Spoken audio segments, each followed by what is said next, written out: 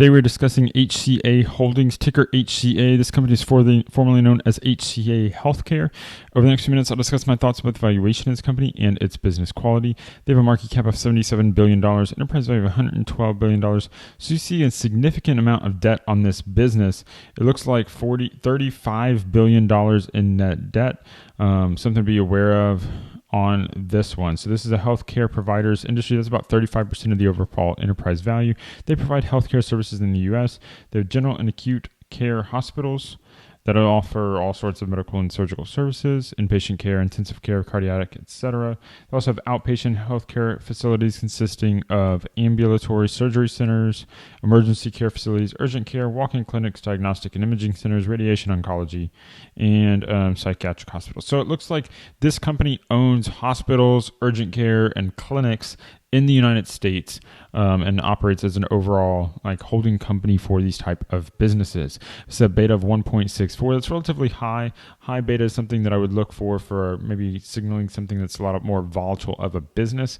We'll see if the numbers play out that as well. Now, the return on invested capital chart is really interesting for two reasons. The first reason is I see 20 straight years of profitability. There's not a single year where this line drops below 0%. It looks like their lowest year of profitability was 3.6% return on invested capital in 2008, and their highest was 17% in 2021. The second thing that is striking is that it's overall been pretty steady improvement since 2008. You went from 3.6% up to 13% over that 15-year period, and you've been kind of steadily improving return on invested capital. That's really important because that shows that their economics are getting better and better over time, something that could signal pricing power, something that could signal the ability to grow EPS faster than your assets. All sorts of things there are really impressive, and they're key because they're those types of signals. This kind of upward sloping chart on return on invested capital is one thing that I would look for a chance to potentially outperform in investing, because that allows me that maybe if the future continues, they could continue to improve on their business.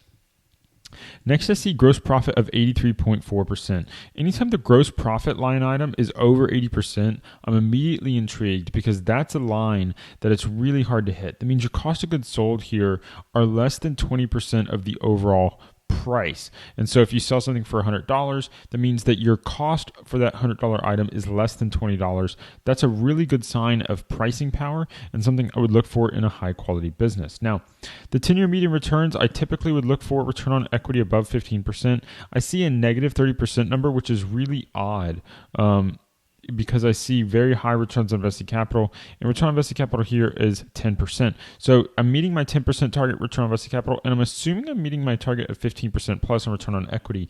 But when I see a negative here, unless they're losing money, that could only mean they have something like negative equity or negative book value, which a lot of times is a very critical green flag for a potentially good business, because it means that you only get to that if you've done a lot of buybacks above book value. So we're going to have to dive down to see if that's what they've been doing. And if it is, I get very, very interested. The other way that you can signal that that's probably what's going on is because you see this price to book of 332.5.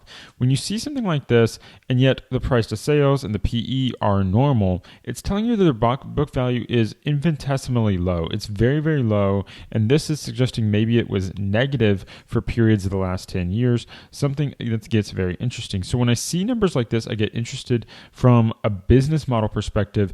Very unique business model that can pull off buybacks above book value and sustain that to the point that you get negative book value. Likewise, you have very strong returns, and the valuation looks reasonable. PE of 13.5 is probably cheap for what's looking like a very high quality business. Likewise, our growth CAGRs look very good. You have 6% revenue growth, and they're translating that into 18% EPS growth. Anytime you can compound at 18% a year, and if you can repeat that going forward, it's going to be very, very good for you as a shareholder. You're likely to get double-digit type returns for a business that's continuing to compound at that rate. Now, can they repeat that? I don't know, but it's one of those things that catches my eye of, hey, this is probably a really good business. Think about what this means. You went from $3.37 per share to $19 per share in EPS over that time period. That's a 5x type return No, that's like a 6x type return over a 10-year period. That's absolutely amazing. It would mean that if they could repeat that, you could have something like for every $1,000 you invest becomes $6,000 at the end of the decade based upon their earnings power only, assuming they maintain the same sort of yield. So very impressive numbers here. You can also see that their operating margin has gone up. Gross margin has gone up from 82 to 84%. And that's showing a little bit of operating leverage hitting the business model too. So I'm guessing we're going to see a lot of buybacks. We can see that they did start paying dividends, and we can already see operating leverage throughout this business. I'm very excited by what I've seen so far. If you're excited, if you're enjoying this video, you're learning something, hit that like button. Don't forget to become a subscriber. Let's go learn some more. Income statement. So I like to, of course, study our cost of goods sold and revenue. You can see this big gap here. This is this 80% type margin where you have 34% or 34 billion in revenue on only 6 billion in costs. And their costs have gone up about 50%, but their revenue has gone up even faster. You see costs went up from 6 billion to 9.4 billion, but their overall revenue growth rate has been substantially faster than that. So like what I see there, I don't know why this is highlighting. There we go. Okay, so you see you're already at 60 billion. It's almost a double. It's not a double, 80, 90% growth over the course of a decade. That's very good growth though. SG&A has grown about in line with revenue, which is why you're not seeing massive operating leverage, but you can see that they've been able to double their operating profit, even though they didn't double their revenue. Very good sign as well. Now, some of the boost in operating leverage is going to come from the Tax Cut and Jobs Act. You can see that, let's see if we can show it on the income tax. Yeah. So, of course, in 2017, when the Tax Cuts and Jobs Act was passed, you had a reduction in the overall corporate income tax rate from 35% to 21%. And that's why you have something here where your pre-tax income went up from 2017 to 2018, but your actual income tax went down almost 50%. So this led to a huge jump in net income from year over year. And that's part of what's showing this massive EPS growth rate. You're not going to be able to repeat that, because unless the corporate tax rate is cut even more, you're not going to have this big jump between pre-tax income and net income that you saw on this year. So something to be aware of, that 18% growth rate is probably a little higher than you can estimate going forward, but it's still probably double digits. So I really like what I'm seeing there. Likewise, you can see that, you had operating leverage from revenue to gross profit, operating leverage from gross profit down to operating profit, and you had some operating leverage because your income taxes got cut. And we're going to see more operating leverage because of your share buybacks. You started with 460 million shares outstanding. You end at 295 million shares outstanding. So that is something like 40% of the shares were bought back over the course of a decade. That alone is going to add a 3 to 4% boost in your performance as a shareholder simply due to that. So if you think like, okay, your revenue is growing at 6% a year, you add 3.8% or 4% from your buyback, and bam, you're at a 10% return simply from revenue plus buyback. But you're also getting dividends, and so your dividends are going to add a boost onto that as well. Let's say the dividend yield is something like 1%, that gets you to 11%, and then you have these really nice return on equity and return on invested capital. So we know we're not having to dilute ourselves in order to do that. We know we're not having to take on additional debt in order to do that. We're growing very attractively, very strong numbers, and you're getting it at a really attractive price. PE here of 13.5. Let's go back. So that kind of matches up here. We say EPS is about 20. And what do we say our stock price is? 278. So maybe, 13.5. So that PE is accurate. It feels like a right number. So I'm seeing a high quality business at what is probably a cheap price for this stock. So very exciting so far. You can see that they've had to reinvest in their PP&E. Of course, they're owning hospitals, urgent cares, clinics. That's going to require land. That's going to require assets. So they have doubled their assets over the course of that period. But you 5 or 6x your business. That's a good deal. So very good returns. You have grown your long-term debt, but your long-term debt has gone up even slower than your assets. What that means is your long-term debt went from 27 billion, and it was compared to 13 billion in PP&E. So you used to have double the long-term debt compared to your PP&E, and now you have only 50% more of your long-term debt than PP&E. So the business is being managed very well. They're not having to take on a lot of debt here. Likewise, one of the things that this unique business that I was talking about is their retained earnings are negative. This is a company that's making a lot of money, but their retained earnings are negative. The only way you can do that is they're probably spending a lot of money on buybacks. You can see this negative shareholders' equity. Again, that's a very unique set of the business model that allowed them to get this negative 30% return on equity. That means the return on equity is probably 30%, but it's negative because they have that negative book value. Negative book value, of course, is this line item on the balance sheet, your shareholders' equity. Very impressive numbers.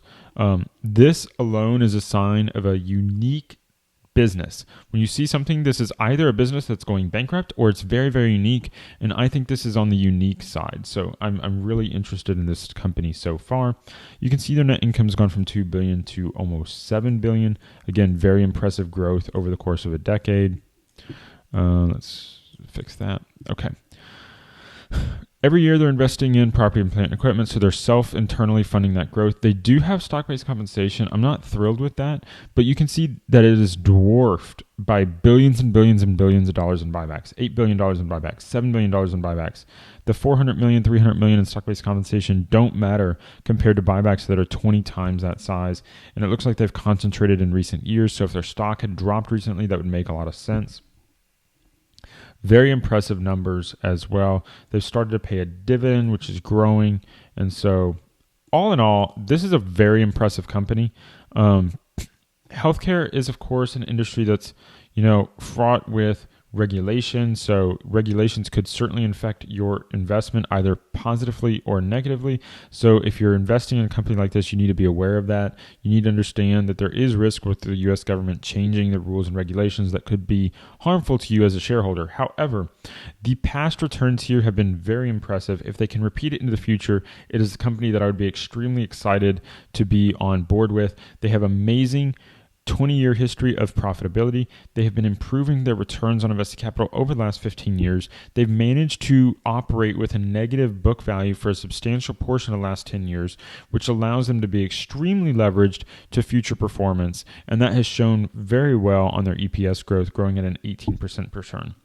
Overall, HCA Holdings is very impressive. Looks like a high-quality business at a very cheap price for a business of this quality. So I'm becoming interested, especially because the management is using their cash flow to do buybacks. This is a very accretive way to manage the business model. So it looks like there's probably increasing in prices and the ability to do that with operating leverage. Overall, very impressed with HCA Holdings. If you learned something, if you like this video, hit that like button. Don't forget to become a subscriber. If you want to see more companies that met my watch list like this one, check out the playlist for my watch list stocks. And if you want to check out this software that I'm using, it is quickfs.net. My affiliate link is in the description below.